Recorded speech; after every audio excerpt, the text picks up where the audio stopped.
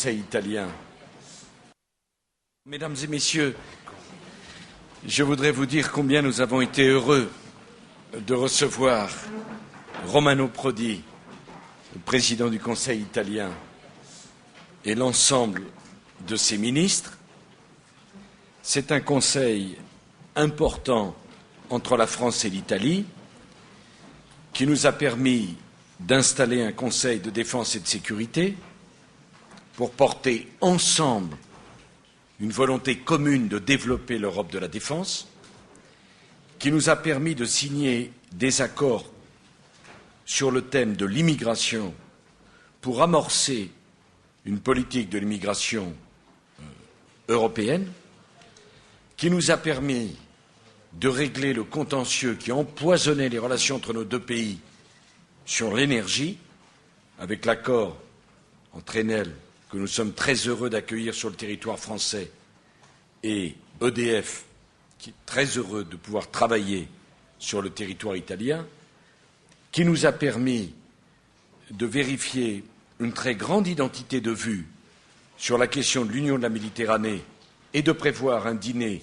à Rome autour du président Prodi avec le président Zapatero et le président Barroso et bien sûr la France pour avancer sur le projet d'Union européenne, qui nous a permis de faire un tour d'horizon de la situation internationale avec les deux ministres des Affaires étrangères, M. Kouchner et M. D'Alema, et montrer une très grande convergence de vues sur le dossier du Tchad, où nous remercions nos amis italiens, sur le dossier du Kosovo, sur le dossier de l'Afghanistan et sur le dossier du Liban. Et puis, enfin, je dirais que nous avons, Romano Prodi et moi, affirmé la volonté de travailler ensemble entre nos deux pays, l'Italie et la France, et de travailler en commun, le président du Conseil italien, le Premier ministre français et le président de la République. Je puis dire que c'est un sommet franco-italien, de notre point de vue en tout cas, réussi, et je veux dire aux Italiens notre amitié très sincère, très profonde, et notre volonté de travailler ensemble, main dans la main. Merci, Monsieur le Président, et buongiorno a tutti.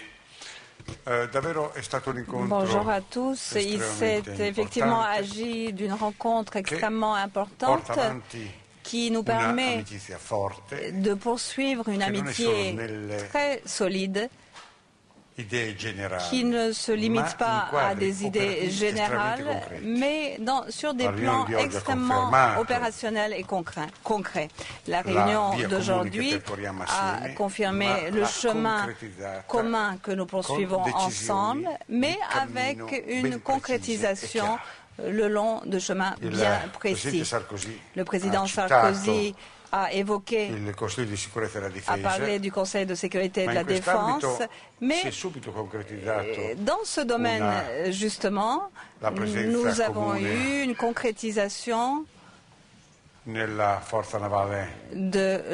force navale commune, enfin, afin de remplacer la mission allemande au Liban.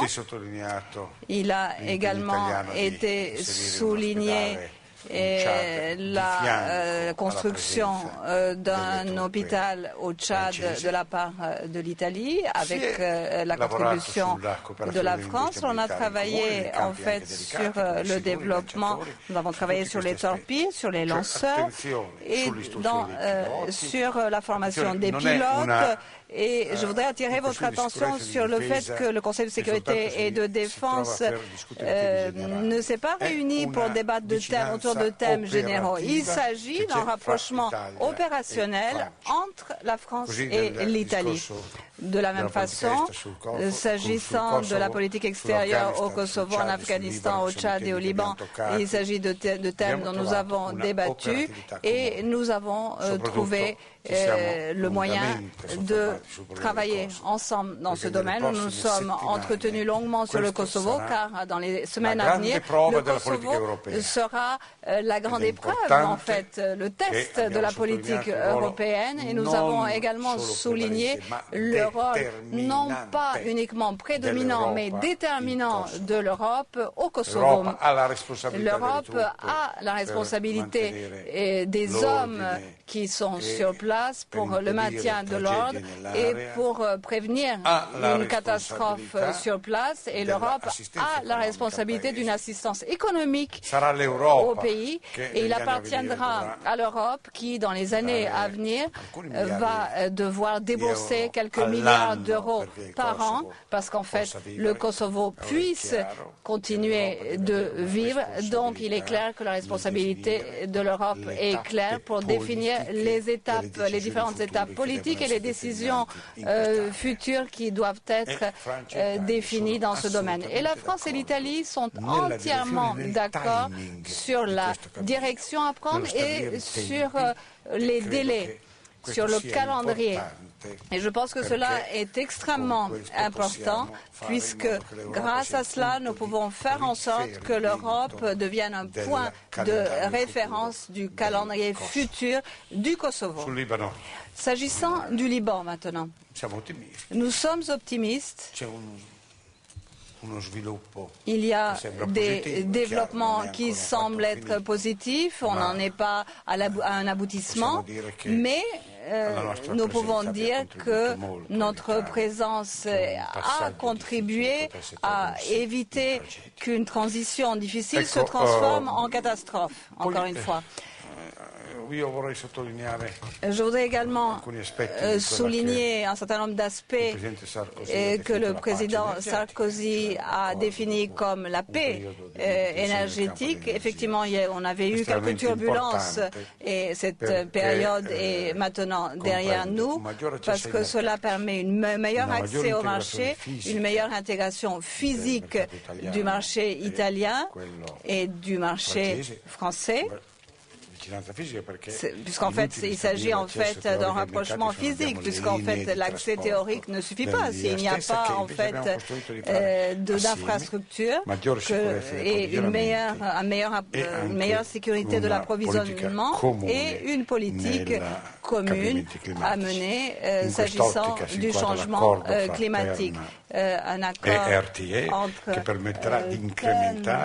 TERN et RTE permettra d'établir une interconnexion entre nos deux pays, un projet d'investissement de l'Enel en France, donc une participation au marché de l'énergie en France de l'entreprise Enel, de 600 MW en 2008, point de départ, pour arriver à 1200 MW en 2012, une participation encore limitée, mais le signal également de quelque chose d'important, puisque l'Enel va devoir s'appuyer sur une technologie qui sera mise au point conjointement par les deux pays.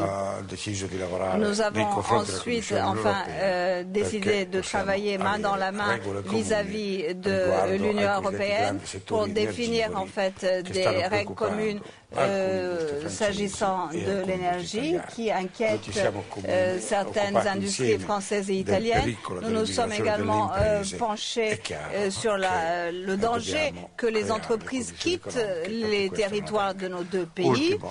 Et un dernier point que je souhaite évoquer parmi les différentes décisions prises sont les accords sur les visas et de coopération diplomatique.